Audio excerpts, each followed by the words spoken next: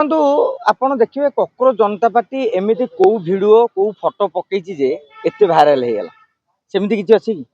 ଯଦି ତମର ଆଇडियोलॉजीଟାକୁ ଭାଇରାଲ ହେଇକି ତା ଦେହରୁ ଏତି ଯୋଉଟା କହନ୍ତି ଜେନ୍ୟୁଇନ୍ ସବସ୍କ୍ରାइबर ଆସିଥାନ୍ତେ ତାର ମତଲବ ଅଲଗା ଥିଲା। बेले बेले युवपीढ़ीଙ୍କର ଗୋଟେ ହାଇପ୍ ଥାଏ। ମନେକର ମୋର ଏଇଠି କିଛି ନଥିବ, ଆପଣ ଦେଖନ୍ତୁ ଗୋଟେ ଛୋଟ ଉଦାହରଣ ଜାଣିଦେବେ। ନିତିନ ନବୀନ ଗୋଟେ ଜେନେରାଲ एमएलए ଥିଲେ ଏବଂ ଗୋଟେ ଛୋଟକାଟର ମନ୍ତ୍ରୀ ଥିଲେ କୋଉଠି ବିହାର ସରକାରରେ। ତାଙ୍କର फेसबुक इंस्टा ट्विटर देखो खूब माने अति मार्जिन माने अनेक लोक साधारण लोक तांकटू अधिका, किंतु जो दिन से जातीय सभापति हो गले से दिन रेडी। सेमती गोटे हठात किना आम आदमी पार्टी गढ़ाला लोक से छाई जीवे।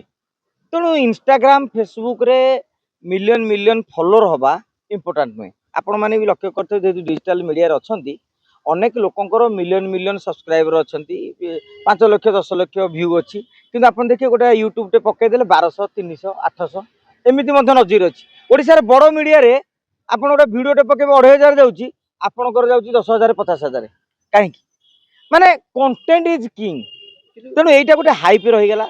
चीफ जस्टिस जहाँ कहवा कथा नुहे कहीदेले, किंतु सांविधानिक विधि व्यवस्था अनुसार आम जने सांबादिक तेणु चीफ जस्टिस को डायरेक्ट समालोचना करवा केते यथार्थ साधारण लोक हिसाब से जड़े सांबादिक हिसाब से ता भीतर बहुत प्रकार गाइडलाइन रही मुझे संपर्क में मतामत देवा चाहूना, किंतु एटा बाधिजी इगो हट है। जो ककरोज जनता पार्टी गोटे इगो हटर प्रतिफलन।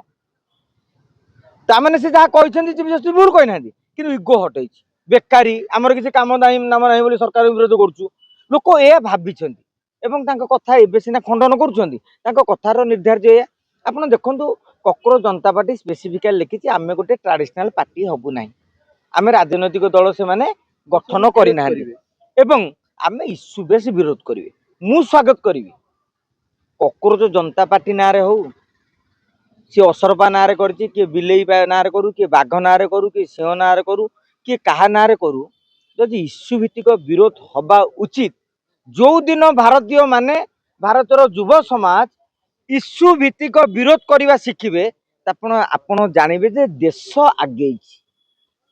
जेपर्यंत युव समाज बियर गोटी को 500 मद मांस आकु खाइकी भोट दौथिबे अंधभक्त साजिकी चामचा साजिकी आम भाई जहा करिसंती ठीक से गिगी कले भी आसना होभली भावना जिते बड़े से रखिबे सेते देशर युवक सीना बढ़ी जिवे, किंतु युवकर मानसिकता बढ़िबनी।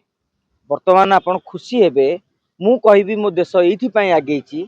आम देशर युवपीढ़ी किछि ना किछि भाबुछंती, किछि ना किछि नुआ करिवार चिंता करुछंती। सेमानक मनरे मध्य आमे भी आगे पारिबु बोली गोटे भावना सृष्टि होइछि। देश में चली प्रशासनिक अराजकता को लेकिन सेमानक मनरे विद्रोह सृष्टि होछि, विप्लव सृष्टि होछि। मु आजिका दिन में कहबी जन सचेतनार विप्लव ही गोटे देश गोटे राज्य को आगे नहीं पारिबो। तेणु ककरोज जनता पार्टी को मु सेतिरे सामिल होबार आवश्यकता नथिले भी आमे भी पूर्व जहाँ जहाँ कहूचे से ककरोज जनता पार्टी आमे विभिन्न इश्यू रे सरकार को समालोचना करुचे कि नहीं करुचे। ता माने जो उद्देश्य ककरोज जनता पार्टी कर पूर्व आभिमुख्य से प्रतिफलित कर दल हौ न हौ गोटे झाड़ी रे कहवा yes government is under pressure.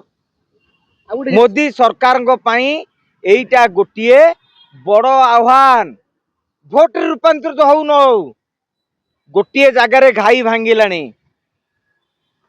गोटे जगार घाई भांगिलानी माने काली की मुहाण खोलिबा को केते समय लागियो। आ गोटे जिनस देखा होछि जे 5टी मैनिफेस्टो देछि ककरोज जनता पार्टी। जो 5टी मैनिफेस्टो अछि से 5टी मैनिफेस्टो कोठी ना कोठी युवपीढ़ी की आकृष्ट करिछि, जोथि तार सही गोटे भिडियो रे ही मैक्सिमम फॉलोअर गेन करछंती।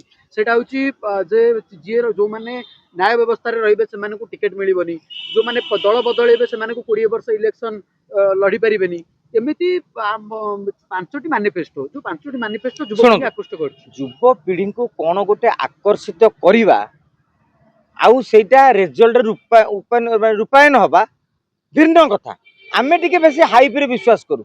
मु सिंपल कथा कहबी ओडिसा रे काली गोटे ओडिसा जो ओडिसा ककरोज पार्टी रो गोटा आरंभ हला ताकू किए करछंती कांग्रेस रो मुखपात्र ସିଏ କୁହନ୍ତୁ ନା ଯେ କଂଗ୍ରେସ ଟୁ କକରୋଜ ଜନତା ପାର୍ଟି ଭଲ ବୋଲି। ବିଭୂତି ବାବୁ କହିପାରିବେ କି ଯେ କଂଗ୍ରେସ ଟୁ କକରୋଜ ଜନତା ପାର୍ଟି ଭଲ, ରାହୁଲ ଗାନ୍ଧୀ ଟୁ ତାର ପ୍ରତିଷ୍ଠାଟା ଭଲ? କହିବେନି। ସିଏ ରାହୁଲ ଗାନ୍ଧୀ କି ଭଲ ପାଇବେ, କଂଗ୍ରେସ ଭଲ ପାଇବେ, ଏପଟେ କକରୋଜ ଜନତା ପାର୍ଟି ଭଲ ପାଇବେ। ଭୋଟ କିନ୍ତୁ କାହାକୁ ଦେବେ ଜାଣିଛନ୍ତି? କଂଗ୍ରେସ।